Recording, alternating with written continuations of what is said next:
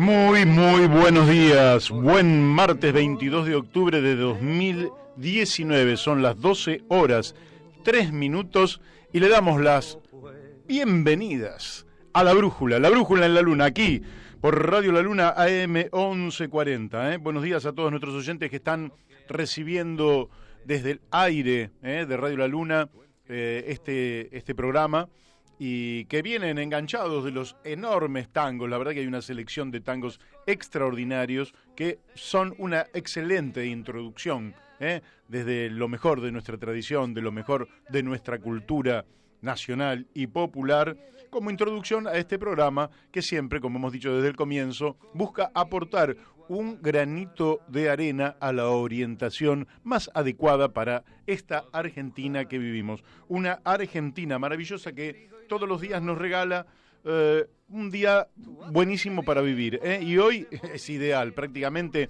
aquí en la zona de la radio el tiempo indica 20 grados de sensación térmica, 20 grados que puede llegar a 21, 22 a las 2, 3 de la tarde, es decir que el tiempo está perfecto, un día maravilloso para disfrutarlo de punta a punta. Y este mediodía no sé cómo le tocará a usted, dónde estará, si arriba de un coche, en su casa, en su trabajo, en fin, no sé de dónde, en qué lugar del país nos estaré escuchando tampoco, pero es un día para disfrutarlo porque realmente es un día de primavera. Ojo, que no todos los días son tan excelentes como el de hoy, así que a vivirlo con intensidad, Puede ser un gran día, como dice nuestro jefe de la cortina, Joan Manuel Serrat, Buenos días, Radio Fénix de Corrientes, 92.1 MHz, y a su directora, doctora Mónica Colunga. Buenos días, Radio La Paquita, FM 88.9, en Uspallata, Mendoza. Cuando decimos en las alturas porque Uspallata está a 2040 metros sobre el nivel del mar y es el paso, o uno de los pasos hacia Chile. Básicamente, si usted va a Santiago de Chile, es el paso obligado, y allí sigue ascendiendo hasta hacer todo ese recorrido maravilloso, extraordinario, de unos paisajes divinos de este lado de la frontera y del otro lado de la frontera, cuando asciende por la cordillera, allí pasa cerquita de la Concagua y empieza a descender rápidamente hacia Santiago de Chile. Todo eso es algo maravilloso, recomendable. No deje de pasar por Uspallata si va por el oeste de la Argentina. Y bueno, un abrazo también para nuestros amigos Gustavo Figini y Héctor Yadanza, que son quienes hacen posible que podamos estar allí en aquella zona, y seguramente a través de un amigo que nos acompañó en algún momento en el programa, vamos a tener la posibilidad de estar en otras provincias en no muchos días.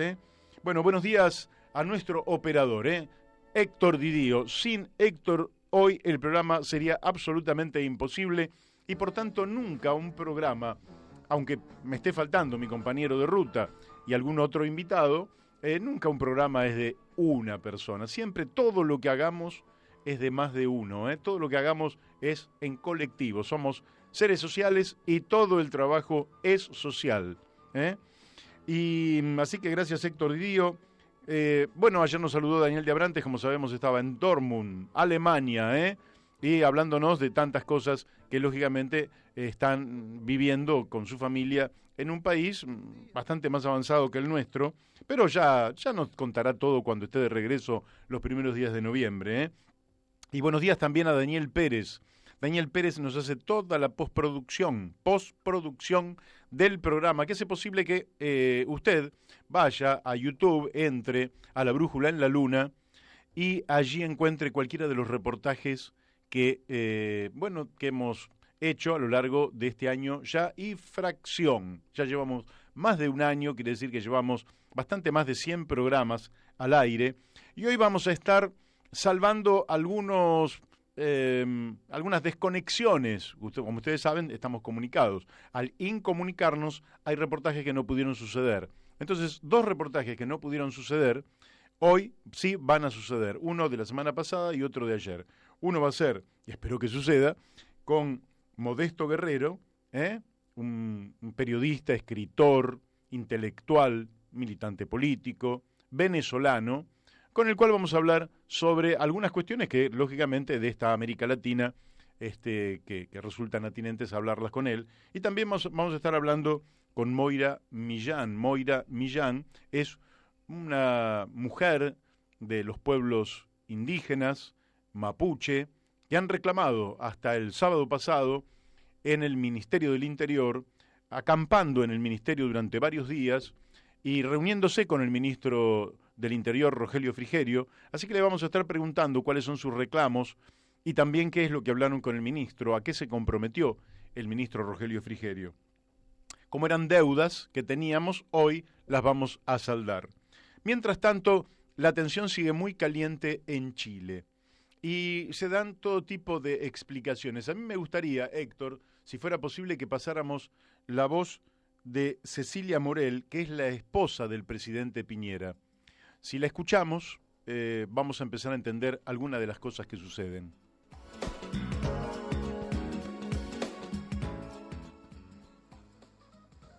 Tener la cabeza fría, no seguir calentándonos porque lo que viene es muy, muy, muy grave.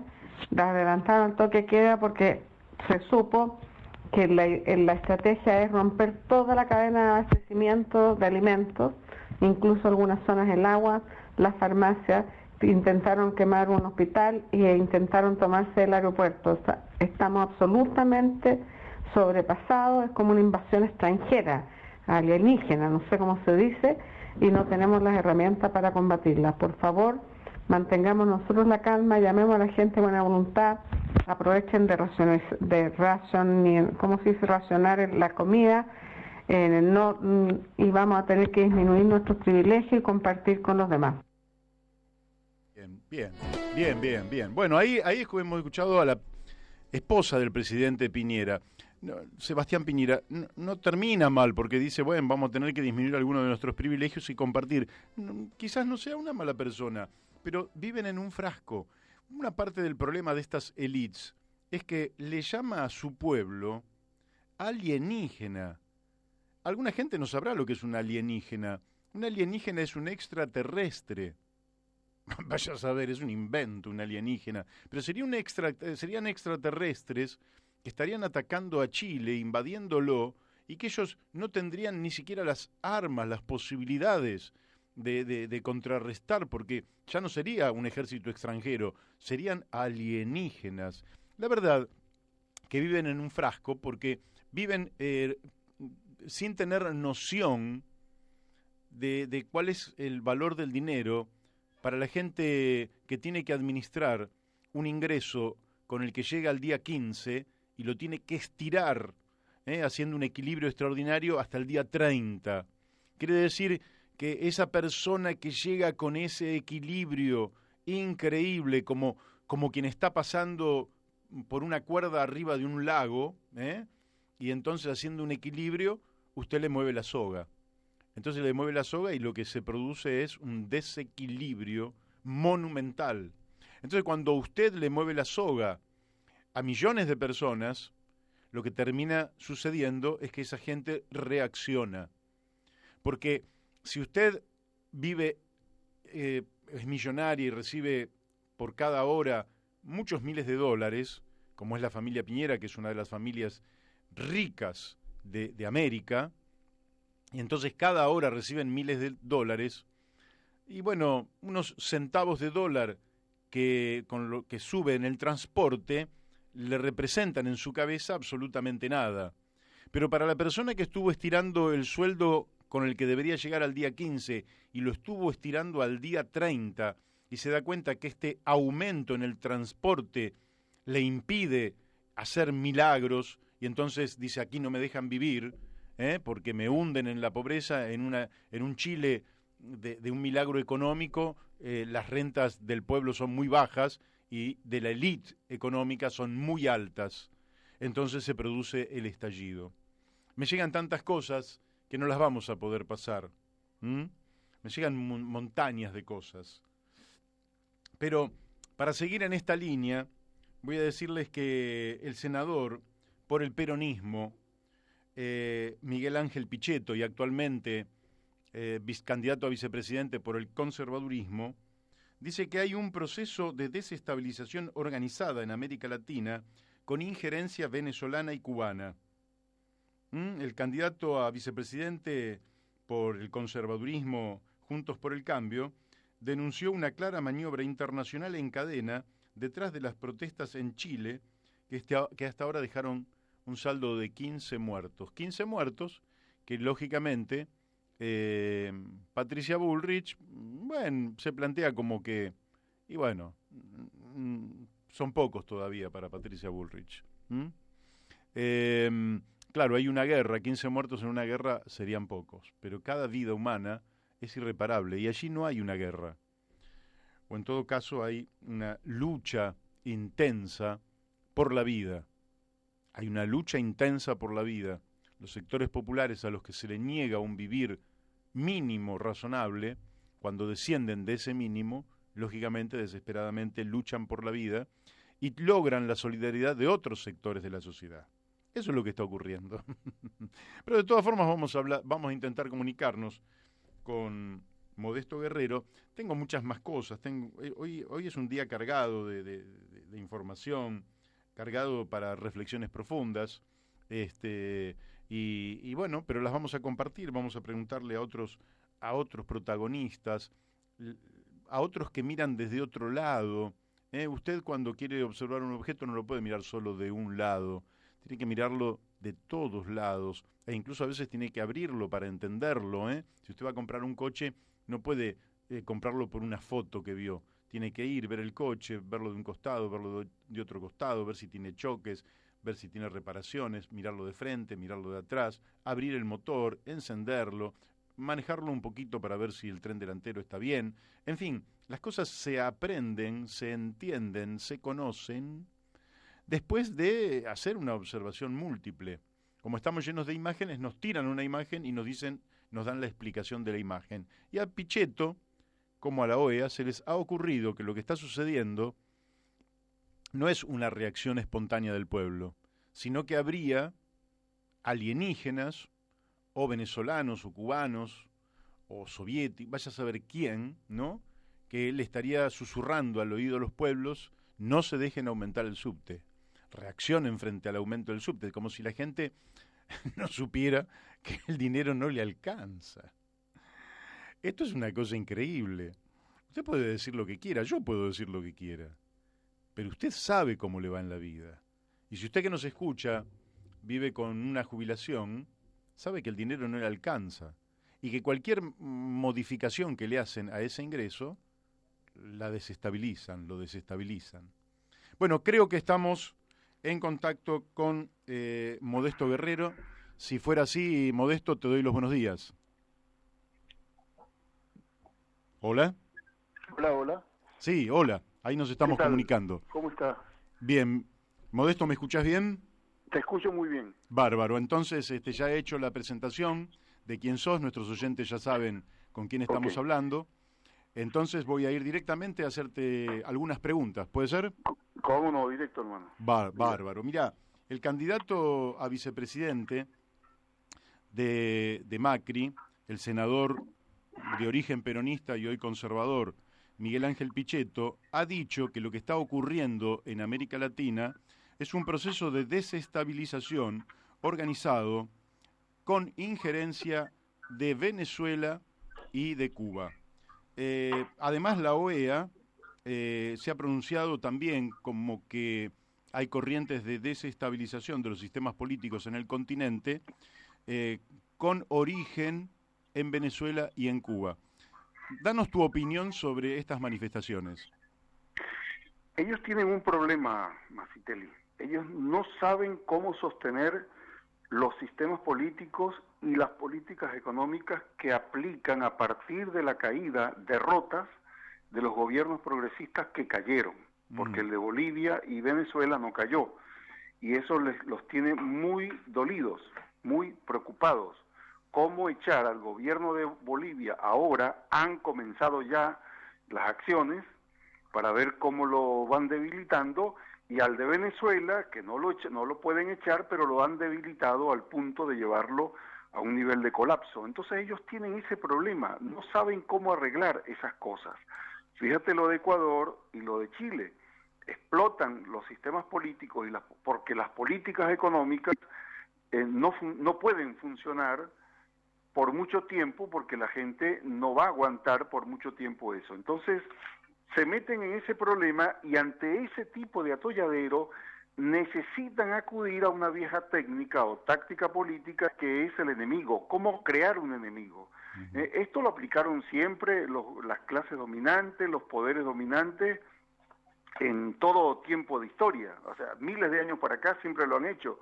Los imperios, todos los gobiernos hacen eso cuando necesitan crear un enemigo interno o externo, un enemigo al frente para poder, uno, justificar lo que hacen, dos, tener a quién decirle o echarle la culpa por lo que ellos no pueden resolver. Entonces el problema es que no logran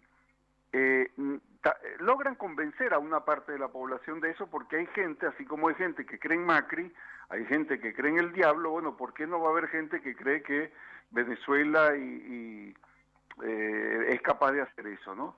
Entonces ellos apuestan a alimentar ideológicamente a ese sector de la población que necesita ver también un enemigo enfrente, un bicho peludo, y con eso tranquilizar su conciencia. Entonces esa es una necesidad que ellos tienen. ¿Cuánto les puede durar? Pues cuánto duran los gobiernos, o cuánto duran las políticas económicas, o cuánto duran las rebeliones que se alzan contra esos gobiernos. No tienen forma de salir de ese triángulo. Ahora, nosotros pasamos hace unos minutos la voz de la esposa de Piñera, Sí. y la mujer habla de alienígenas, es decir, como si fuera una invasión extraterrestre contra la cual, lógicamente, no están preparados para luchar, porque son seres de otros planetas. Ni ellos ni nosotros, no estamos no hay ningún ser humano preparado contra eso. Entonces ya es el nivel de patología, ya entran en un estado psiquiátrico, pero lo dice la mujer de Piñera. Yo no sabía que la mujer de Piñera opinaba de política. Bueno, no conozco su historia, probablemente se trate de una ama de casa bien oprimida por Piñera, que ante la situación de su marido sale a ver cómo lo defiende.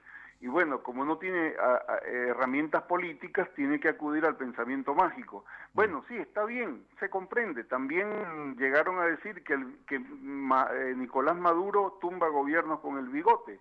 Cada vez que mueve el bigote, tumba gobierno. Bueno, ni Hitler tumbaba gobierno con el bigote, que se hizo mundialmente famoso por su corte.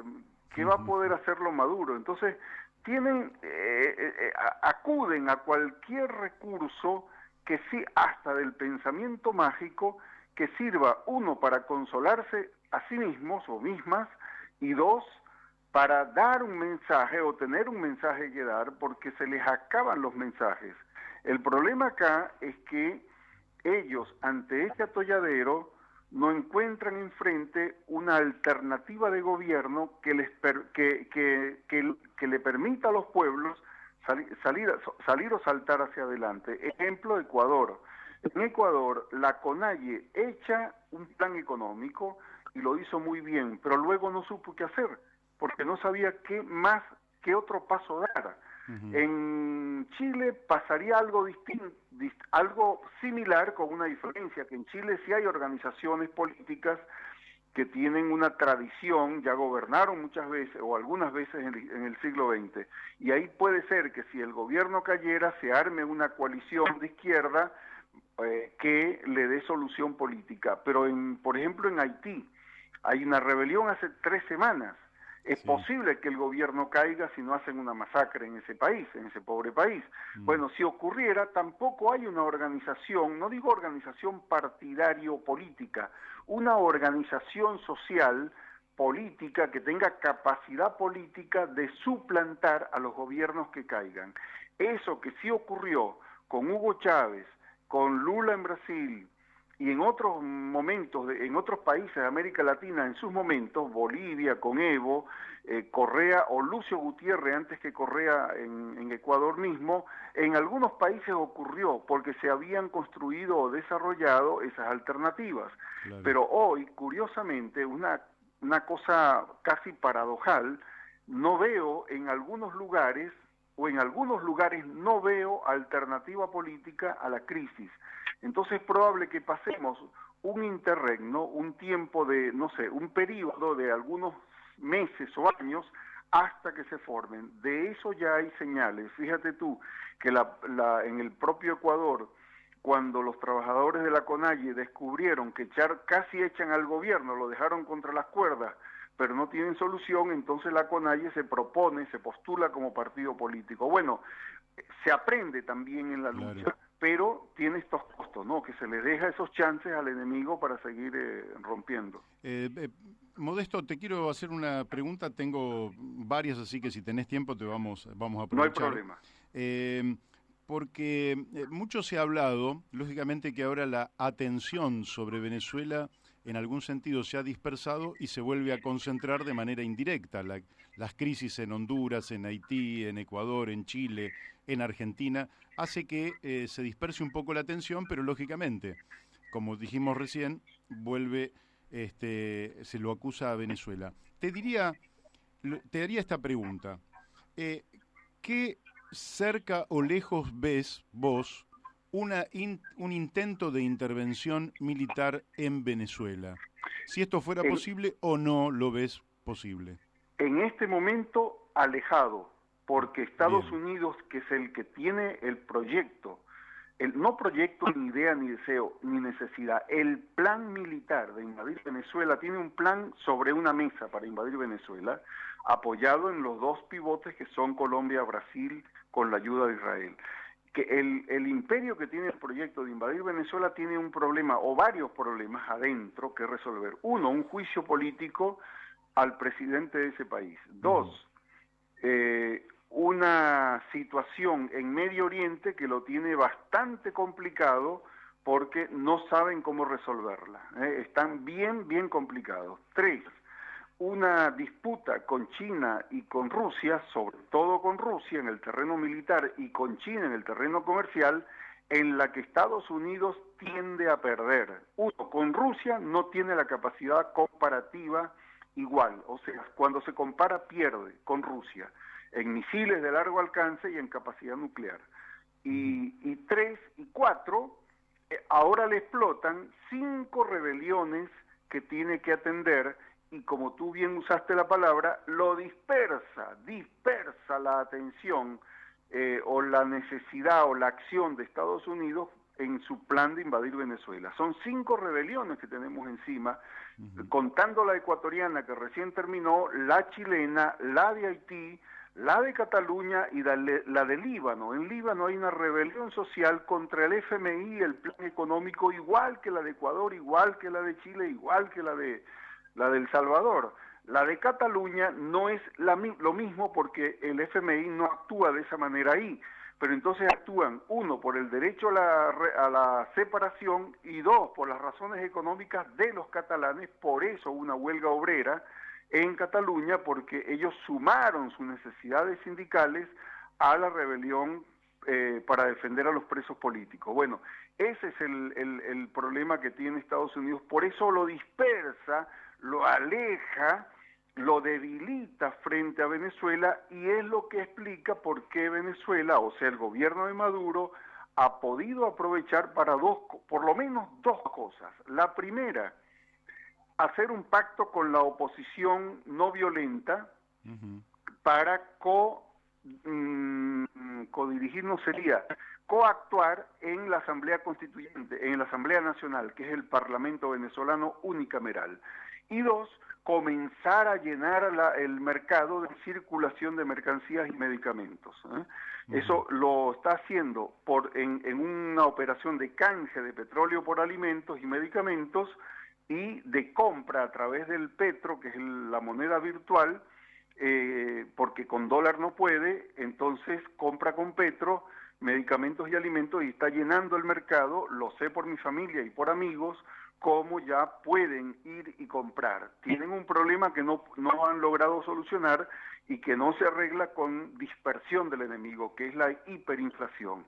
Ajá. Sin embargo, esa hiperinflación que es altísima, más de 1.000.000%, aquí estamos agobiados con 60%, imagínate 1.000.000%. Ahora, el asunto es que esa hiperinflación bajó, me llamó la atención hace 3 días, le pregunté a un muchacho que hace operaciones de traslado de dinero de pesos a bolívares y me dijo que bajó la conversión porque mejoró 2 puntos la moneda venezolana. Eso no significa mucho, o sea, es un aliento apenas, pero es una señal de tendencia que se explica porque el mercado se llenó y porque el Estado pudo recuperar una capacidad de transacción económica internacional a través del petro, que la tenía negada mediante el dólar, porque está prohibido para Venezuela transar internacionalmente con el dólar. Bueno, eso es el resultado o lo que puede hacer en una situación como la actual un país agobiado por un imperio que está decidido a invadirlo, decidido por 2 razones, porque no puede soportar un gobierno parecido, lejanamente parecido al de Cuba en Venezuela. En Venezuela no hay socialismo y no hay lo que hay en Cuba, no hay expropiación de capitalistas, lo hubo, pero ya no lo hay, al revés, hay reprivatización, pero entonces está la segunda razón, ellos no soportan que un país petrolero que es potencia global en energía fósil esté gobernado por un gobierno de izquierda, por un movimiento de izquierda. Eso no es soportable, aunque ese gobierno de izquierda no haya realizado en Venezuela las transformaciones sociales y políticas que existen en Cuba desde el año 62. Claro. Te quiero hacer una pregunta referida también a la economía venezolana. Nosotros aquí hemos vivido hace 50 años atrás el proceso chileno. Sí. El proceso chileno fue saboteado por Estados Unidos desde antes de que ganara la elección Salvador Allende en 1970. Sí. Y años después, décadas después, cuando se desclasificaron los documentos secretos de los Estados Unidos, una periodista chilena, Patricia Verdugo, sacó una frase de Richard Nixon que había dicho: tenemos que hacer chillar de dolor a la economía chilena. Es decir, que sabotearon en forma sistemática aquella economía hasta debilitar a Salvador Allende y crear las condiciones del golpe de Estado de 1973. Venezuela sufre consecuencias también por una presión sistémica de los Estados Unidos y acciones directas. Respecto del apagón que sufrió la vez pasada, ¿cuánto hay de sabotaje y cuánto puede haber, por ejemplo, de falta de inversión? Y en el plano económico igual, ¿cuánto se sufre por la acción de los Estados Unidos y cuánto por errores que pueden ser propios? Sí, la respuesta es combinada. Me llama la atención la frase que recuerdas de las operaciones secretas contra Chile, porque la misma dijo de 2 maneras distintas y de una forma muy cruda, muy grosera, ¿cómo se llama? El asesor de Estados Unidos, del asesor presidencial para Venezuela, el caníbal que puso Donald Trump, especializado en golpes de Estado para triturar al gobierno venezolano. Caramba, no me acuerdo, ahora lo borré porque el tipo lo despidieron hace pocas semanas. Bueno, él dijo lo mismo: hay que asfixiar y ahogar la economía venezolana para poder echar al gobierno de Maduro. O sea, la misma forma en que han actuado en otras ocasiones y que se descubrió en los archivos secretos de la operación chilena, acá lo dicen y ya no es secreto. La diferencia es que ahora no lo hacen secreto. Como hace el capitalismo actualmente en tantas cosas, no actúa en forma secreta ni discreta, lo hace de manera más cruda. El capitalismo se vuelve cada vez más crudo, más desembosado. Y eso es verdad. Y lo otro es lo siguiente, como eso es así, entonces tiene expresiones más complejas. Por ejemplo, el apagón que tú planteas como problema, es cierto, el apagón fue digitado electrónicamente o cibernéticamente desde, incluso la ciudad, ya descubrieron el punto, desde Houston, donde hay un sistema operativo dedicado a Venezuela, que es el que desmanteló el sistema electrónico que comandaba las operaciones de PDVSA y de la Citgo en el año 2002.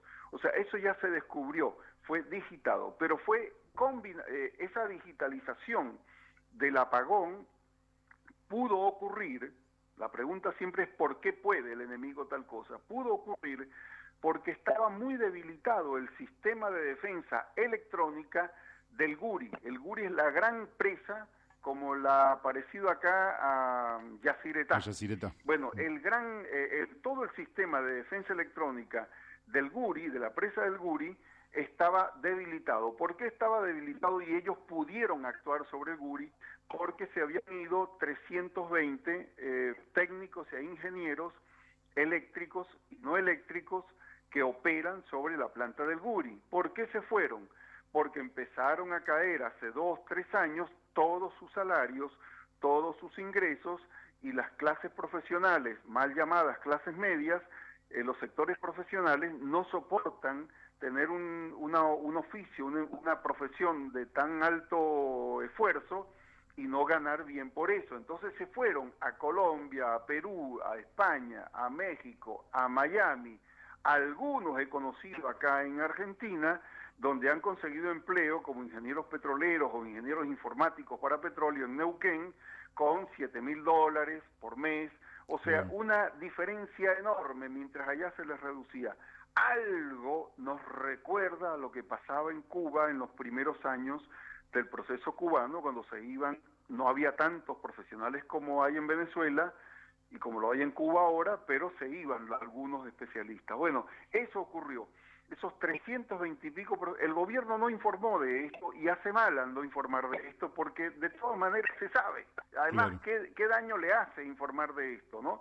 Pero ocurrió. Yo lo sé porque uno de los dirigentes sindicales, el jefe del movimiento sindical del sistema eléctrico venezolano, de la empresa eléctrica que es estatal en Venezuela, me lo cuenta porque él participó de la investigación, él fue cogobernante de esa empresa, entonces participó de la investigación y él supo de ingenieros amigos de él que le hablaron porque se iban de la empresa y se fueron. Entonces, sí, se debilitó. Y además porque no hay la misma gana de trabajar, el mismo deseo, pasión, gusto, placer por trabajar en una empresa cuando te va mal en ella y te pagan mal que cuando te va bien. Entonces yo imagino que además de los 320 ingenieros, son como 2,000, pero bueno, 320 pueden ser clave en una situación así. Muchos trabajadores que también tienen que ver con la defensa de las torres, que han volado varias, el enemigo ha volado varias, o del sistema cibernético, no pusieron todo el empeño profesional necesario para vigilar. Esa debilidad del amigo es la que usa o utiliza, aprovecha el enemigo para atacar, y lo lograron. 8 días de apagón del que solo se sobrevivió por un detalle que solo conocemos en situaciones de guerra o de revolución y nada más. No ocurre en ningún otro momento de la sociedad, que es que la sociedad venezolana soportó el apagón porque está preparada para la guerra, mentalmente preparada para una guerra, desde antes del apagón. El intento de invasión fue de enero a febrero, bueno, el apagón fue como 2 meses después. Ya la gente está, hoy está preparada para situaciones de esa, por eso ya se ríen, hacen chistes, han hecho canciones y chistes sobre el desabastecimiento de alimentos, sobre todo el de alimentos. Han hecho muchos chistes, porque en el Caribe, al revés de países de otras tradiciones, no se celebra, no es una forma de celebrar es una forma de burlarse, hacen como los mexicanos con la muerte, que hay un día de la muerte, que creo que es hoy o ayer. Bueno, se burlan de la muerte, entonces descomplejizan el daño. Bueno, en Venezuela se hacen chistes sobre el desabastecimiento y una que otra canción popular porque es una manera de romper ese golpe duro que significa sufrir por falta de alimentos o de medicamentos. Entonces, la gente hace eso, por eso puede sobrevivir y ha sobrevivido a una crueldad infinita como la de sacarle todos los bienes externos y meterle adentro una inflación multimillonaria o de un millón, más de 1.000.000%, inducida artificialmente desde una oficina en Colombia, triturando el bolívar respecto al dólar y sacando del país no solo las empresas que producían eso, medicamentos y alimentos, sino impidiendo, ocultando, cortando la circulación de mercancías. Te hago otra consulta para que me digas el impacto que ha tenido, porque en los primeros días de agosto, en una orden ejecutiva, Donald Trump planteó que todos los bienes e intereses del gobierno de Venezuela que se encuentran en Estados Unidos quedan bloqueados y no se pueden transferir ni hacer nada con ellos. ¿Esto cómo impacta sobre la economía de Venezuela? Que le impide transar, le impide hacer comercio internacional, le impide comprar y vender, le impide recibir inversiones, le impide todo aquello que mantiene a un Estado contemporáneo desde hace 150 o 200 años viviendo, funcionando. Claro. Eso es lo que logran. Entonces, ¿cómo se traduce en la existencia de la gente trabajadora, que es lo que nos interesa verificar? Porque los ricos en Venezuela no son afectados por eso. ¿Sabes cómo hacen? Si desabastecen un mercado, se supone que ahí compra el rico y el pobre, o por lo menos la clase media alta compra ahí y el pobre trabajador. Muy bien. ¿Cómo evade ese atropello o ese agotamiento el rico venezolano? Compra por avión, lo que en Argentina se llama un remis para trasladarse como pasajero. Allá hacen un remis, pero de avión, para traer de Curazao, de Bonaire, de Trinidad Tobago, están a islas que están enfrente, o de Miami, los alimentos y medicamentos que ellos necesitan como clase dominante. ¿Por qué? Porque es muy sencillo, hermano, porque no son más del 2.5% de la población. Eso se puede hacer para el 2.5% de la población, que tiene, además de la capacidad económica, la facilidad de ser muy pocos para poderse abastecer con rapidez fácilmente. Eso no lo puedes hacer para 30 millones de habitantes, que sería el 98% restante de la población. Se puede hacer si haces como hicieron al final de la Segunda Guerra Mundial o en los años 50, en algunos lugares de Europa devastados por la guerra, pero no lo puedes hacer, es muy difícil, es una complicación muy dura. Bueno, eso lo pueden hacer ellos. Entonces, esto que acaba de citar, que están haciendo ahora, lo vienen haciendo hace un rato, es para no aflojar. Eso sí lo avisaron, todo lo avisan, lo bueno es que todo lo avisan. El gobierno de Estados Unidos avisó hace 3 o 4 semanas que no iban a cesar las presiones sobre la economía venezolana, porque ellos saben que la gobernabilidad no reposa en el sistema militar o en el gobierno. La gobernabilidad reposa en el sistema de los jugos gástricos. Tú le tocas los jugos gástricos a la población y la población entonces se debilita respecto al gobierno y en algún momento puede quebrarse. Lo hemos visto en Chile, lo hemos visto en Ecuador, lo hemos visto en Argentina, en todos los lados donde eso ocurrió, y lo quieren intentar en Venezuela. Hasta ahora no lo han logrado, porque no han logrado quebrar las Fuerzas Armadas, que es la única explicación para que se mantenga el gobierno de Maduro. Bien, te llevo de lo económico ahora un poquito más a lo político. El 23 de enero de este año, o sea que mañana ya cumpliría 9 meses, Juan Guaidó se autoproclamó presidente de Venezuela, pero uno podría decir que quien se autoproclama presidente podría ser simplemente un loco, pero tuvo el reconocimiento de Donald Trump, de Jair Bolsonaro. Ha tenido reconocimiento mundial. Así es. Sí, Macri, Piñera, en fin. Eh, eh, Además de lo declamativo, porque él supuestamente vino a convocar a elecciones, Sí. ¿qué ha hecho Juan Guaidó desde el 23 de enero a la fecha? Ha hecho dos cosas que son sorprendentes en la historia política y que alguien hará un libro en algún momento de los próximos 20 o 30 años, usándolo a él como ejemplo para mostrar el grado de lumpenización en el que se tornó la política capitalista de los últimos, no sé, 20 años. Ese tipo lo único que hace es viajar, dar declaraciones a la CNN y a las NTN de Colombia y a otros canales que le reproducen todo, como acá TN y Clarín, y consumir, o mejor dicho, atesorar millones de dólares, no para él, algunos se puede quedar, pero no para él, millones de dólares que le entrega el gobierno de Estados Unidos de lo que le expropia al Estado venezolano en bienes fiscales, en bienes estatales. Todo lo que el gobierno de Estados Unidos le expropia al Estado venezolano, empresas, oro, todo eso va al control de un grupo que maneja las cuentas de Guaidó. ¿Cuántos se van a quedar? No sé, no me importa. Lo que sí sé es que están haciendo eso para poder sostener a un tipo que tiene un problema en su vida. Tiene 38 años y ya llegó al límite de lo que llegaría un político a los 70. Se vació. Juan Guaidó se vació. No solo es un autoproclamado que por su origen es ridículo también por su final, porque está vaciado. La oposición venezolana, la oposición, digo, la mayoría de la oposición, excepto un partido, no lo reconoce. Son 16 partidos de la oposición no reconocen a Guaidó como su jefe. Segundo, el Parlamento venezolano lo dirige, él era el presidente, ya no lo es, fue removido.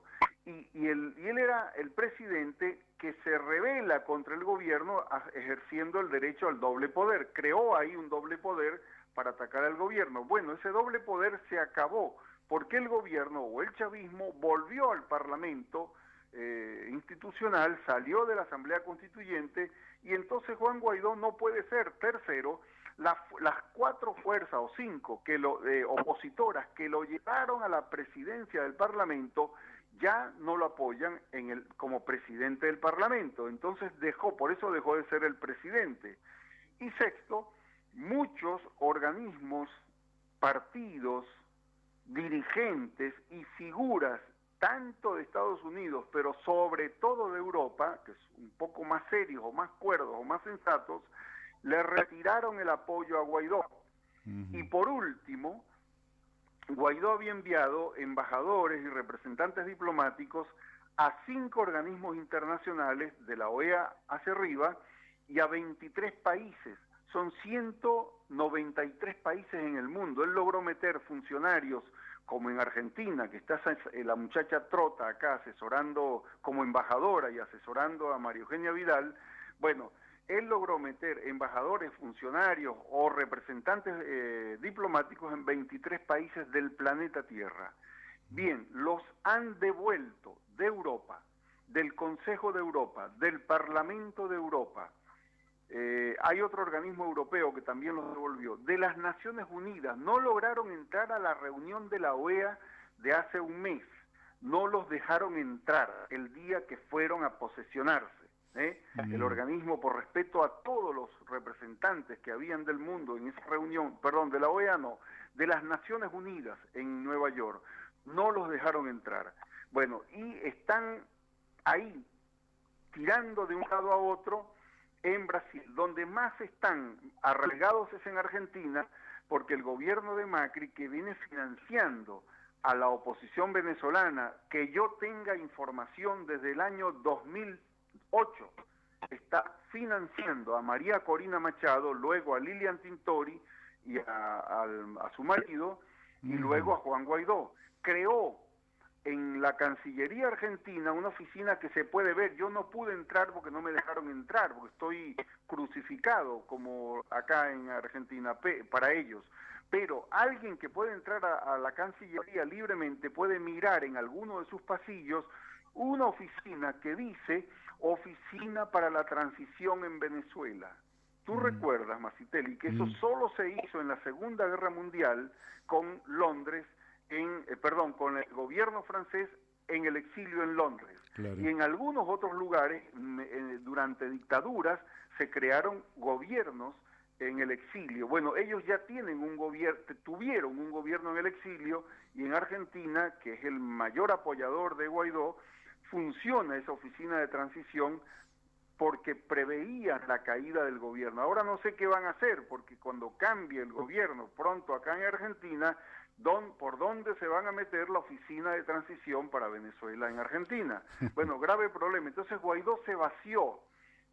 La gran pregunta es ¿por qué se mantiene en la prensa? Bueno, porque la prensa no se vació, la prensa sigue siendo el gran enemigo de los movimientos sociales populares contemporáneos. Como gran enemigo tiene mucho poder y le da la gana de mantener a Guaidó en los titulares. Por eso aparece en titulares, porque en otro momento de la historia ni aparecería en titulares. Así es. Bueno, te voy a hacer la última, no porque me falten preguntas, sino porque me falta tiempo. Así que la última tiene que ver con algo de lo que vos estás diciendo. El proceso venezolano, vos dijiste un par de cuestiones. Una, lo referiste a que las Fuerzas Armadas se han mantenido unidas y sostienen el orden institucional en Venezuela. Otra, que los jugos gástricos tienen trabajo todavía para hacer allí en el pueblo de Venezuela. Pero yo te preguntaría por el lado político-cultural, es decir, la formación política, el debate político, la comprensión por parte del pueblo y la organización de los movimientos políticos y sociales de Venezuela, sí se mantienen, digamos, también férreamente vinculados al proceso bolivariano.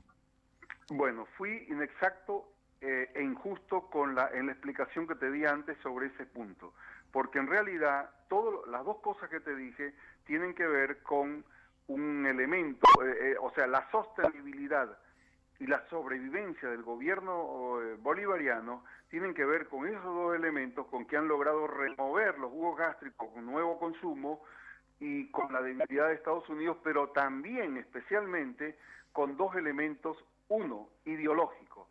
El primero ideológico, que es el grado de conciencia política de carácter antiimperialista alcanzado o logrado en por lo menos la mitad o cerca de la mitad de la población venezolana. Con ese porcentaje es suficiente para no retroceder. Los gobiernos que no logran conquistar la mitad, cerca de la mitad o más de la mitad de la sociedad, de la mentalidad social, para un cambio de paradigma en su vida social y política, retrocederán de manera inexorable. Es casi una ecuación, porque la gobernabilidad no se sostiene en promesas o en ideas, se sostiene en comprensiones. Y eso se logró en Venezuela. En Venezuela se logró convencer a cerca de la mitad de la población. La otra mitad se divide en dos, se divide en los que no les interesa nada, se les llama niní, porque no son ni chavistas ni antichavistas, no les interesa nada o les interesa quemar vivo a los chavistas. Ahí se dividen en dos. Pero esta casi mitad que no tiene la opinión niní, mantiene al revés, al contrario, una convicción para sostener lo que tiene como gobierno bolivariano, porque entienden por razones básicas que lo otro es peor, que lo que venga será peor, en lo económico y en lo político. Basta pensar con Guaidó o cualquiera de ellos gobernando. La masacre de chavistas en forma selectiva que habría en Venezuela solo la podemos comparar con lo que hicieron acá en América del Sur durante las dictaduras. Una masacre infernal si ya matan chavistas estando ellos en la oposición. Entonces sí, uno, la conciencia, y segundo, ya no ideológico, sino su transformación, su versión práctica, es la construcción de las milicias bolivarianas. No han logrado dividir a las Fuerzas Armadas, pero tampoco pueden entrar, tocar, aproximarse al poder inexpugnable de 2.800.000 milicianos y milicianas, la mayoría mujeres, armados con Kalashnikov y preparados con una conciencia férrea para defender su país en el sentido de la patria. Bueno, esa es la explicación de por qué en Venezuela la derecha no puede pasar, el neoliberalismo no puede avanzar, y si hubiera un retroceso, no sería porque el enemigo avanza, sino porque el amigo retrocede. Sería porque el gobierno bolivariano se convence de retroceder en políticas económicas y en políticas públicas para, por razones que uno puede estar en contra, pero que ellos entienden que es la manera de sostenerse. Bueno, solo por esa vía puede haber un retroceso por ahora en Venezuela, porque por la vía física, violenta o militar, no tienen opción.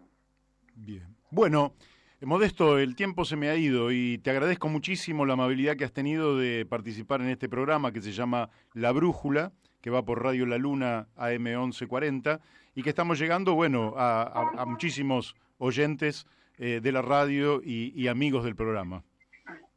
Fue un placer, Masiteli. Un abrazo. Bueno, un fuerte abrazo y hasta siempre.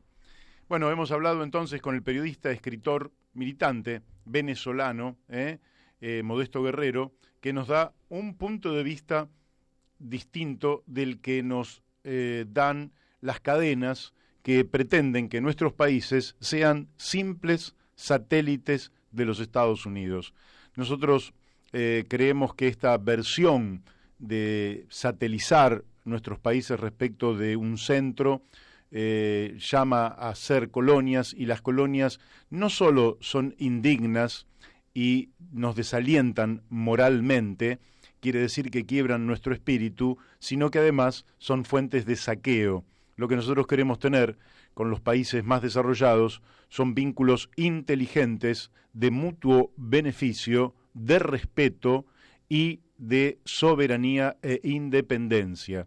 Eso es lógico, eso es lo que hemos heredado de los libertadores, y si nosotros tenemos uno de los grandes libertadores de América, que es el general Don José de San Martín, ellos tienen también otro de los grandes generales, que es Simón Bolívar, y tratan a su modo de hacer honor a este legado histórico. Bien, qué reportaje interesante que hemos tenido. Yo creo que va a ser una pieza para que quienes se la perdieron la vuelvan a escuchar, porque Modesto Guerrero es un hombre muy formado, con mucha información, un hombre que ya a sus 60 y pico de años ha perdido la ingenuidad. En política cuesta mucho ser ingenuo. Yo lo he sido y puedo dar fe de que cuesta ser ingenuo, pero trato de no serlo ya, porque también para mí han pasado los años, he perdido el pelo, peino las pocas canas que tengo, y entonces trato ya de no ser ingenuo. Y me parece que cuando se está en política y no se observa lo que hay debajo del agua, lo que son los gobiernos profundos del mundo, lo que es el gobierno profundo del que hablábamos con Eduardo Vior hace un par de programas atrás, cuando nos hablaba del gobierno profundo de los Estados Unidos, que intenta ser no solo de los Estados Unidos, sino que intenta ser un gobierno global, un gobierno al que se sometan los distintos países del planeta, diseñar el mundo conforme a la visión de esta élite archipoderosa que maneja poder financiero, poder militar, poder económico, poder tecnológico. Y bueno, me parece que estamos en contacto con Moira Millán. ¿Es cierto, Moira, estás allí? Sí, Mari, come facciam tu? Buenos días. Buenos días, Moira. Muchas gracias por aceptar este convite a un reportaje en el cual la primera pregunta que te voy a hacer tiene que ver con un hecho que ustedes produjeron, que fue estar allí en el Ministerio del Interior durante unos cuantos días, llegar a entrevistarse con el Ministro del Interior y que nos cuentes, si podés y hasta donde puedas, qué es lo que ocurrió, porque creo que ustedes el sábado levantaron esa toma, ¿verdad? Sí, era una ocupación pacífica del hall del Ministerio del Interior que se extendió durante 11 días. Hubo una reunión a las 48 horas de estar allí ocupando con el ministro Rogelio Frigerio, quien tristemente dijo que no podía resolver ninguno de los planteos que se le estaba formulando. Nosotras entendimos que ahí había una falta de compromiso político, de desinterés, de desprecio incluso a nuestro dolor y a nuestros reclamos, porque siendo él el ministro de Interior y él dice no poder resolver, entonces ¿quién resolvería? ¿No? Porque se supone que es el área que justamente articula con los gobiernos provinciales. Esto nos llevó a quedarnos, a extender la ocupación hasta tanto se resolvieran los problemas más urgentes que llevábamos. Reclamábamos una mesa interministerial resolutiva. No se dio de una manera organizada y tal cual la imaginábamos, pero de a poco diferentes áreas fueron escuchando y tomando los reclamos y se fueron armando mesas de trabajo resolutivas. Por eso también es que levantamos la medida. Ajá. Hubieron áreas como salud, educación, que brillaron por su ausencia. Amigo, decinos cuáles eran las reivindicaciones más importantes que ustedes estaban planteando. Habían como dos cuerpos de reivindicación, uno que tenía que ver más con emplazar una agenda, decimos nosotros la contraagenda de las elecciones, es decir, la agenda que no ha sido recogida por ningún candidato, que tenía que ver con los derechos de los pueblos indígenas y de la madre tierra, ¿no? Los derechos al buen vivir en armonía con la tierra. Entonces denunciábamos todos los problemas de extractivismo, contaminación, bueno, todo lo que tenía que ver con derechos fundamentales. Eso obviamente no se llegó a un acuerdo y no hubo ninguna respuesta. Sin embargo, con relación a lo más urgente, teníamos 15 puntos de los que fueron recogidos 8. Uno de ellos era la investigación inmediata de dónde estaba Marcelino Laire, un joven con desaparecido ya hace 4 años, y su mamá había golpeado diferentes puertas institucionales para buscar ayuda y nadie la ayudaba y la despachaban despreciativamente, y ahora a raíz de esta ocupación pudimos obtener compromiso de la Secretaría de Justicia de la Nación. De hecho tenemos información de que se están moviendo. Ajá. También el caso del niño de 13 años con Ismael Ramírez, que fue asesinado por la policía de Chaco, que tampoco su mamá tenía ningún tipo de respuesta respecto a la justicia, y ahora también se está moviendo la causa. Y una gravísima que tiene que ver con una práctica misógena, criminal de siglos, que es lo que se conoce como el chineo. Es decir, en varias provincias del norte está socialmente aceptado que los criollos con cierto poder adquisitivo elijan niñas entre 8 a 10 años para violarlas. Ah, amigo. Y esto ha llegado a un nivel de desidia, de impunidad tan grande que ya entran a las escuelas. Entonces, una de las mamás perjudicadas porque a su niña le ha pasado, vino a reclamar justicia y a contarnos que estos hombres ahora entraban a las escuelas armados, iban al baño de las nenas y allí las esperaban a las víctimas, sin contar con el apoyo de la directora para que denuncie junto con ella. La directora, por temor o no sabemos por qué motivo, cayó estas barbaridades, y tampoco la policía y la justicia tomaba las denuncias, porque hay un problema muy grave en Argentina, y es que no se aplican los derechos lingüísticos. Entonces todas las naciones indígenas que no son hispanoparlantes no acceden a la justicia. Ah, mira. No tienen perito traductor. Aunque constitucionalmente correspondería. Sobre todo correspondería desde que se aprobó el Convenio Internacional por los Derechos Lingüísticos. Claro. Y eso hace ya casi 20 años y todavía no se aplica. Uh-huh. Bueno, ¿y qué otra reivindicación han planteado ante el ministro y que han tenido respuesta positiva, y cuáles no han tenido respuesta positiva? Bueno, se planteó la oposición rotunda y categórica a las represas La Elena, que se pretenden llevar adelante en Corcovado, inundando 11.000 hectáreas de bosque, paisaje bellísimo. Ahí vive mi comunidad, que quedaría 70 metros bajo agua. Eso no hubo respuesta. ¿Eso estaríamos hablando de Neuquén? Chubut. Chubut. Ujú. Y tampoco hubo respuesta con la comunidad Canío, también en Chubut, que se resiste a un megaproyecto turístico de pista de esquí. Creo que son 11 pistas que se quieren hacer ahí, y bueno, eso va a afectar irreversiblemente la naturaleza. También la comunidad defiende el bosque, defiende la zona de ese emprendimiento, sobre todo porque ahí están las nacientes de agua que consume la comunidad y que consume incluso la población. Las aguas bajan hacia el río, y al hacer este complejo turístico de esquí, las aguas se contaminarían, ¿no? con materia fecal humana, sabemos que no van a ser tratadas las aguas. Entonces, además de afectar la montaña, es decir, cantidad de hectáreas de bosque quedarían arrasadas. Claro. Entonces, tampoco hubo respuesta. O sea, sabíamos que lo estructural, como la oposición a la megaminería, no iba a tener respuesta. Sí pudimos, por ejemplo, estamos creyendo que se va a resolver, porque estamos detrás pesquisando y viendo cómo se mueven a partir del reclamo y los compromisos que asumieron.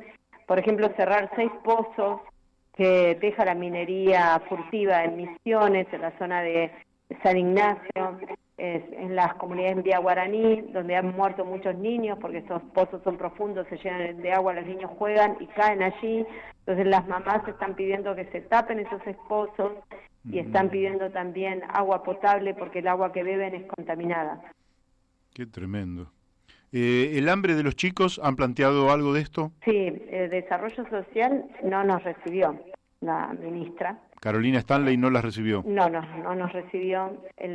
Uno de los temas que queríamos denunciar era el tema de la desnutrición creciente, el hambre concretamente en las comunidades, y fundamentalmente cómo nuestros niños mueren de hambre.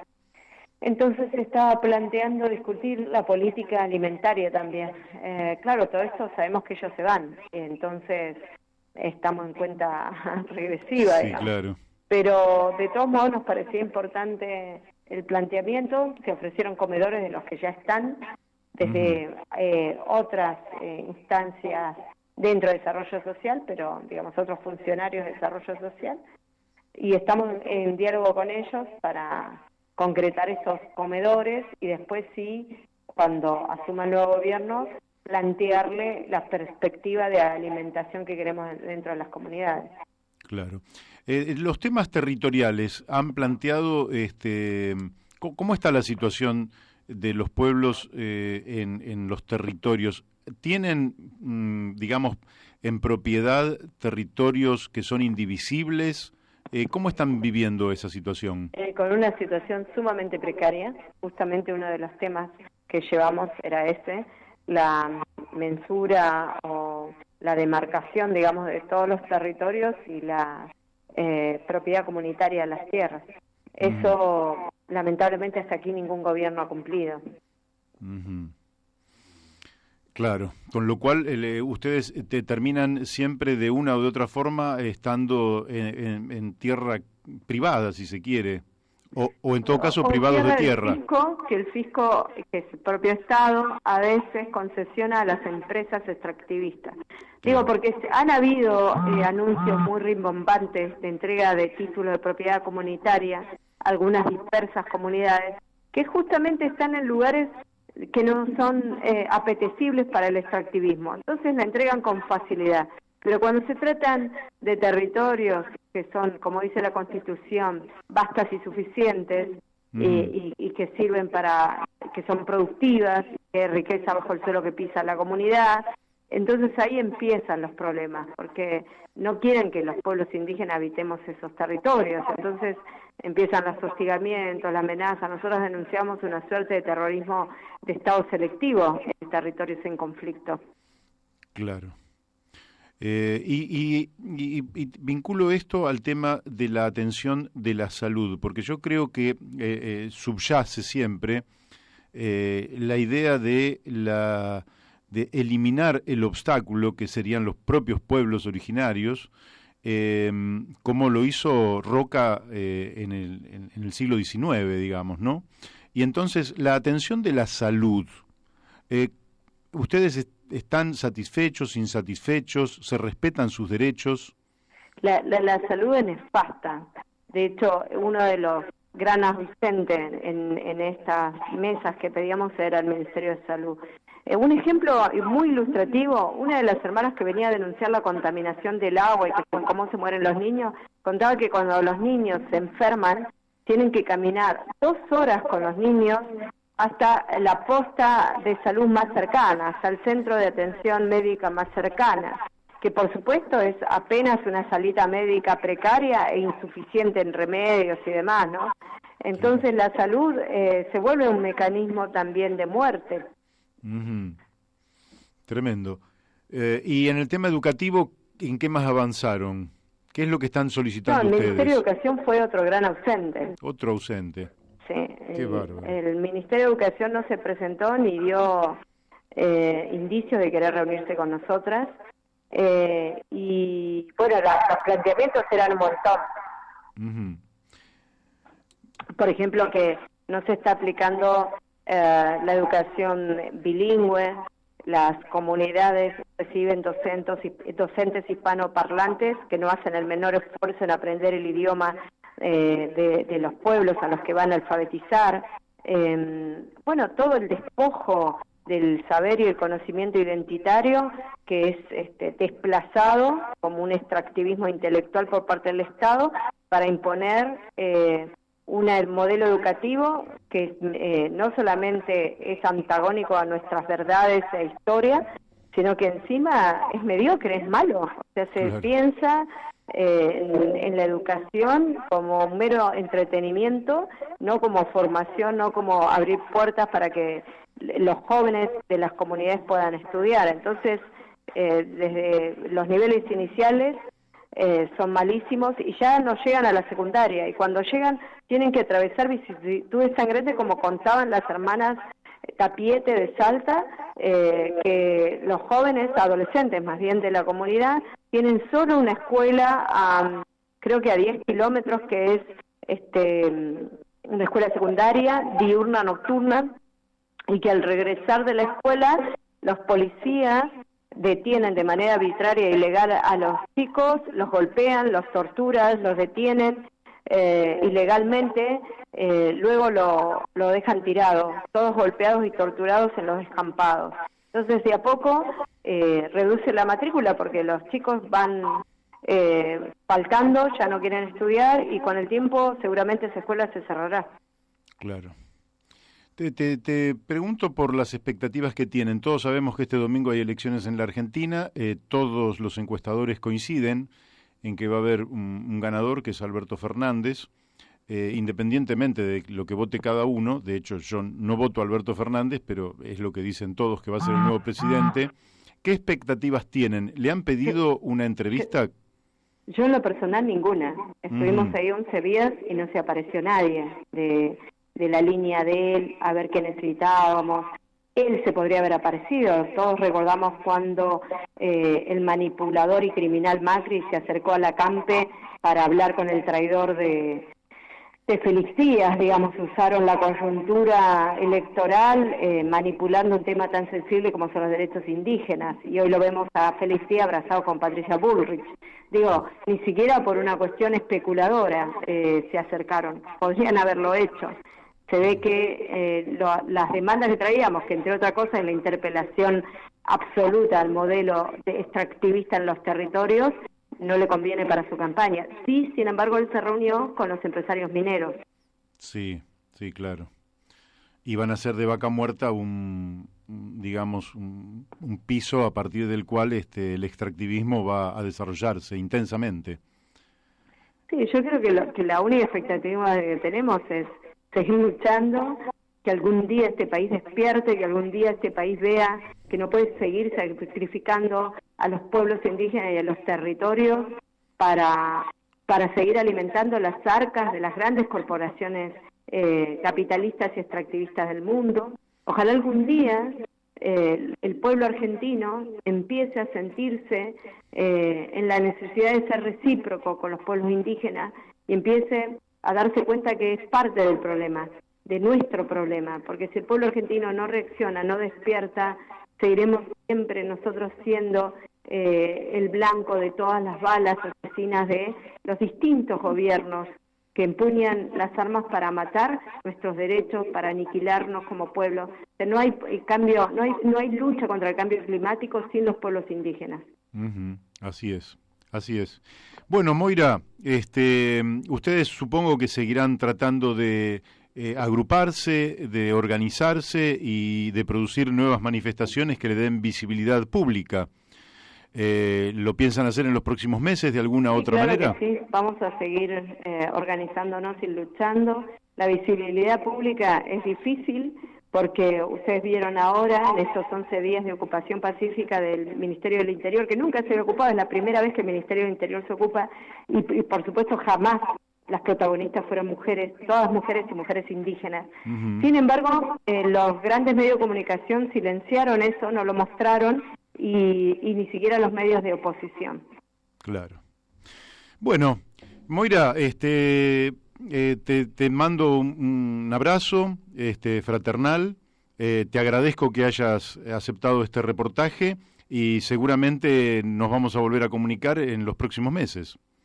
Muchísimas gracias por amplificar nuestra voz, por dar visibilidad a lo que se quiere ocultar y siempre dispuesta a conversar. Bueno, muchísimas gracias.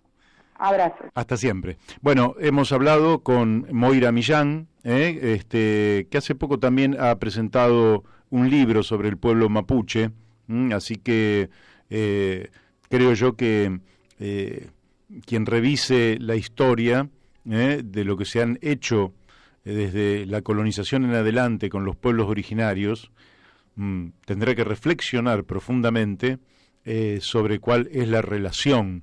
Una relación que tuvo momentos épicos en nuestra historia, como fue cuando se produjeron las invasiones inglesas, donde los pueblos originarios participaron activamente para que los ingleses no se apoderaran de Buenos Aires, y eso hizo que el Cabildo de Buenos Aires tuviera un reconocimiento especial hacia ellos.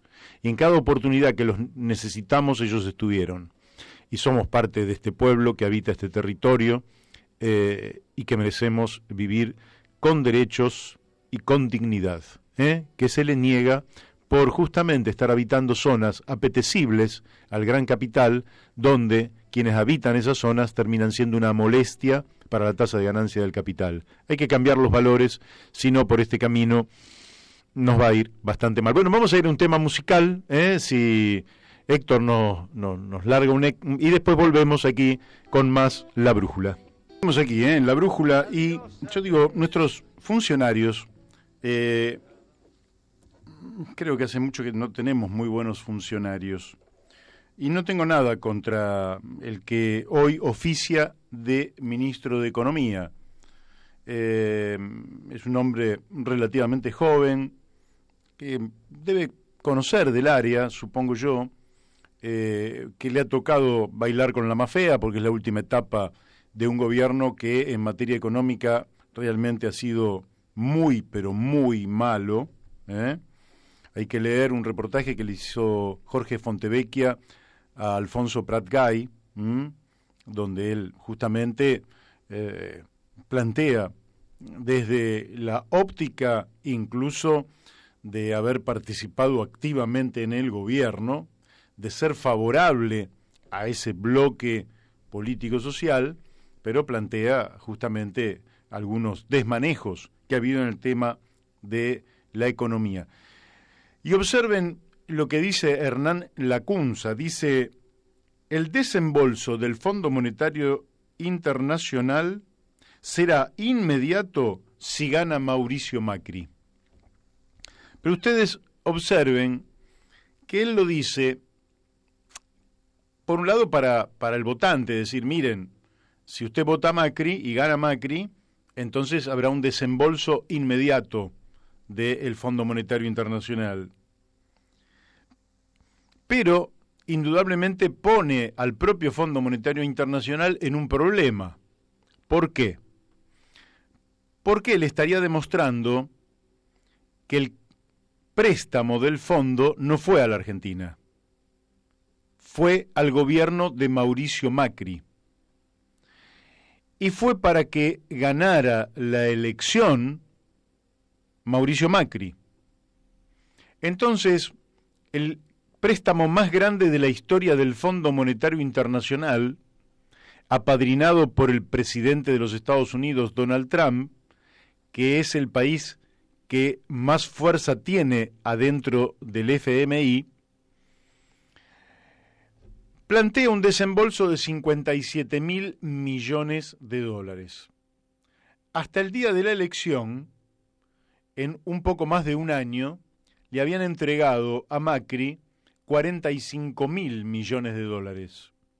Como el 11 de agosto Macri pierde la elección por una diferencia que parece irremontable de 15 puntos, unos 4 millones de votos, el Fondo Monetario dice no desembolsamos más. Pero si estaba previsto desembolsar, ¿por qué no van a desembolsar? Bueno, porque ahora no tenemos seguridad de que gane Macri. Pero entonces, ¿el crédito era para Macri o era para la Argentina? Si era para la Argentina, lo tienen que desembolsar. Si era para Macri, no lo tienen que desembolsar. Ahora, Hernán Lacunza nos aclara que el crédito era para Macri. Pero ¿cuál es el problema? El problema es que el nuevo presidente, puedo decir, ustedes estaban en todo su derecho de prestarle este dinero a Mauricio Macri. Pero ahora tienen que esperar a que Mauricio Macri vuelva a la presidencia de la Nación para que les pague el dinero que ustedes les prestaron. Y lógicamente que esto es un problema político para el Fondo Monetario Internacional. Pero este problema político, diplomático y financiero lo introduce el ministro de Economía diciendo que si gana Macri el desembolso del Fondo Monetario Internacional por 5.400 millones de dólares sería inmediato.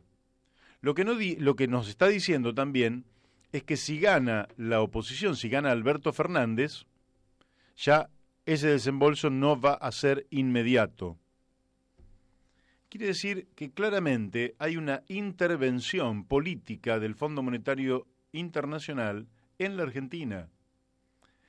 Hay una injerencia en la política interna de la Argentina por parte de este organismo financiero. Y este organismo financiero no prestó la plata para que creamos industrias, para que desarrollemos tecnología, para que despertemos nuestra ciencia, para que hagamos nuevos caminos, para que desarrollemos nuestro ferrocarril, nuestra industria naval, nuestra industria aeronáutica, nuestras industrias de punta, nuestra industria satelital, nuestra industria aeroespacial. No, nada de eso. El crédito no vino para que creemos empleo, para que haya trabajo para todos, para que nuestras familias vivan mejor, para que los pobres puedan salir de la pobreza. No, nada de eso. El fondo prestó para salvaguardar a un hombre que pertenece a una derecha internacional, a la internacional de derecha, pertenece Macri, tiene todo el derecho del mundo de pertenecer a lo que quiera, y entonces vinieron en su auxilio a ponerle, así como a otros gobiernos le quitan porque los consideran que no son simpatizantes suyos y los tratan de todo, cuando son simpatizantes suyos le dan todo el aliento. Si un crimen ocurre en un gobierno que es enemigo, se trata de una dictadura. Si un crimen ocurre en un gobierno que es amigo, era para defender el orden. Es decir, se mide con dos varas totalmente distintas, lógicamente, porque estamos en lucha. Esta es la realidad, no es que uno quiera, es la realidad. Y ellos luchan con las herramientas que tienen, y el fondo no es una herramienta de los pueblos, es una herramienta de los poderosos, de los que ganaron la Segunda Guerra Mundial y generaron un instrumento que en primer término uno lo podía ver con buenos ojos, porque era para equilibrar los desequilibrios que se producían en el comercio mundial, En ese comercio entre las naciones se producen desequilibrios y tiene que haber una instancia para reequilibrar ese comercio, y eso era bueno, pero el Fondo Monetario Internacional termina siendo un instrumento de intervención en la vida política de los países, no solo prestándole dinero, sino imponiéndole condiciones de hierro que necesariamente en todo el mundo, eso lo dicta la experiencia, terminan con hambre, desocupación, pobreza, exclusión y marginalidad. Así que nuestro ministro se acaba de equivocar diciendo lo que dijo. Debió haber dicho: el compromiso del fondo es con la Argentina y no con el gobierno de Mauricio Macri. Ya hemos hablado de Miguel Ángel Pichetto, así que no da el hombre que viene de decirnos hace 4 meses atrás que era peronista y ahora es vice de Macri. Bueno, no da para hablar mucho. Hombre que por el Macri decía que era el encubridor de los delitos de corrupción cometidos por Cristina Fernández de Kirchner. Lo era hasta el día que se pasó a sus filas y ahora es el hombre que enaltece la figura del presidente. No se puede medir con varas tan distintas conforme si es mi amigo o si es mi enemigo. No se puede decir que era horrible cuando estaba en la vereda de enfrente y ahora es bellísimo porque está en mi vereda. No, yo creo que Miguel Ángel Pichetto es un amoral que puede servir a cualquier causa siempre que esa causa le sirva a él. Es decir, mientras esa causa le permita tener un ingreso de privilegio, relaciones de privilegio, él puede servir a cualquier causa, vivir en el privilegio, mientras durante su gestión como senador se hundió a millones de argentinos en la pobreza. Pero para que no nos vayamos, que hablamos de pobre y entonces Masitelli, esto se pone gris, se pone denso, bueno, pero vayamos a un tema del día.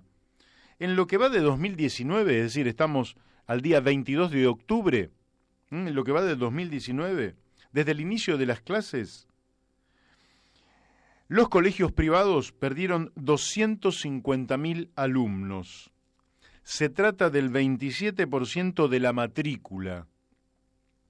Las bajas se producen por el incremento de las cuotas. El informe incluye establecimientos de la ciudad, de Buenos Aires y de la provincia. De los 250.000 alumnos que dejaron el colegio privado, 150.000 están en la ciudad de Buenos Aires y 100.000 en el conurbano bonaerense. Y de ahí los barrios más afectados fueron, escuchen los barrios más afectados, Palermo, Belgrano y Barrio Norte, con una pérdida promedio de 30.000 estudiantes cada uno. Y en el Gran Buenos Aires, Pilar, Morón y Ramos Mejía, en promedio perdieron 24.000 alumnos de escuelas privadas cada uno de estos 3 municipios. Entonces, ¿qué tenemos? Que 250.000 chicos y adolescentes que concurrían a escuelas privadas, que sus padres podían pagar la cuota, durante el año 2019, por caída en los ingresos y por aumento de las cuotas, ya no pudieron asumir y entonces tienen que sacar a los chicos de la escuela privada y tratar de incorporarlos a la escuela pública. 250.000. El presidente, cuando dice si se puede, ¿se entera de estas cosas? ¿Él cree que con promesas falsas va a volver a engañar a toda la gente? Esto es clase media. Toda esta gente de clase media que mandaba a sus chicos a una escuela privada y que ya no los puede mandar, ¿él cree que con promesas que no cumplió ninguna puede volver a atraer la atención de estos sectores? No, presidente, usted tendrá a los sectores más antiperonistas, más recalcitrantemente antikirchneristas, pero eso no es constructivo. Usted puede estar con diferencias con el kirchnerismo como las tengo yo, pero no con odio, y no negándolos en forma absoluta. Porque si usted los niega en forma absoluta, lo que va a llegar a la conclusión es lo horrible que ha sido su gobierno para que gente tan mala le esté ganando la elección por millones y millones de votos. No, tan malos. Yo ni siquiera a usted, señor presidente, lo considero tan malo. Creo que es incompetente, que son dos cosas distintas. Muy incompetente, no tan malo. Pero a veces parece un hombre malo. Pero prefiero pensar que no lo es, como preferí cuando comenzábamos el programa y al escuchar a Cecilia Morel, creer que se trataba de una mujer, esposa del presidente chileno, Sebastián Piñera, que vive en un frasco, que vive en el privilegio, que vive en el lujo, y que por eso dice que las protestas que están viviendo son alienígenas. Una cosa que en boca de la señora de un presidente de la nación suena a algo extraño, extravagante. Bueno, yo creo que el señor presidente de la Argentina tampoco entiende qué es lo que le pasa a los pobres, a los padres de familia que no tienen ingresos para poder alimentar correctamente a sus hijos, que no pueden ir a la farmacia a comprar el medicamento que necesita la familia, que no logra entender que es un dolor sacar a un chico de una escuela porque el chico genera relaciones, amigos, se encariña con el maestro, la maestra. Entonces, tengo la impresión que el presidente no entiende. Bueno, sigo y digo lo último antes de ya pasar al trámite final. Un empresario argentino, el gerente general de DGH, el fabricante de electrodomésticos en Argentina, proveedor de servicios, ha dicho que con las tasas de interés tan altas se está matando el sistema productivo. O sea, no lo digo yo, no lo dice un izquierdista, lo dice un hombre que es un CEO de una empresa. Entendamos, no, todos queremos que la Argentina le vaya bien y vamos a necesitar de todos para que le vaya bien. Vamos a necesitar de la unidad nacional. Y en el terreno económico vamos a necesitar que se enciendan todos los motores de la economía. Desde el trabajador independiente hasta el pequeño comerciante, hasta el pequeño tallerista, hasta el gran taller, hasta la gran industria, hasta la gran cadena de supermercados, hasta el campo, todos los motores necesitamos que se enciendan para salir de esta situación de postración en la que estamos. Pero atenti, cuando usted pone las tasas de interés en el 70%, no hay actividad legal que pueda competir contra esas tasas de interés. Y todo va a saltar por los aires, esto se sabe. Por tanto, la gente precavida, que ha actuado con verdadera paciencia democrática con este gobierno, ¿qué hace? Lo que hace es esperar los turnos democráticos, esperar que llegue el día de las elecciones, esperamos al 11 de agosto, ahora esperamos a este próximo domingo, el 27 de octubre. Como la esperanza no es una opción, la esperanza es una necesidad que tenemos la necesidad de creer. Cuando ya el domingo a la noche estemos enterados de que hay nuevo gobierno, por necesidad vamos a tener la esperanza de creer que el nuevo gobierno va a hacer bien las cosas. Tenemos necesidad de creer, no es que le creamos, no es que tengamos falsas expectativas, es que tenemos necesidad de creer que las cosas no pueden seguir empeorando. Y esa necesidad surge de las entrañas, no de la cabeza. Esa necesidad surge de ver a los pibes, de ver lo que pasa en los barrios, de ver las frustraciones que vamos acumulando, lo que estamos creando hacia el futuro, y realmente pensamos que esto hay que cambiarlo. Y entonces somos optimistas y vamos a ir a votar con cierto optimismo el día domingo 27 de octubre. Y seguramente el lunes que viene, el 28, nos estaremos reencontrando aquí y evaluando no solo qué es lo que pasó el domingo, que es bastante previsible, sino qué es lo que va a pasar hacia adelante, qué es lo que tenemos como más imprevisible. Bueno, ya con esto cierro, me han quedado muchas cosas sin comentarles, muchos mensajes sin transmitir, y bueno, pero bueno, acá me llegan tantas cosas que no sobrepasan. Estoy esperando que vuelva mi compañero de ruta Daniel, y entonces lo que elijo es que pasemos el último de los temas y ya con esto me despido aquí del aire de Radio La Luna, de nuestro programa La Brújula, y nos volvemos a encontrar el próximo lunes 28 de octubre a las 12 horas. Chau, hasta el lunes.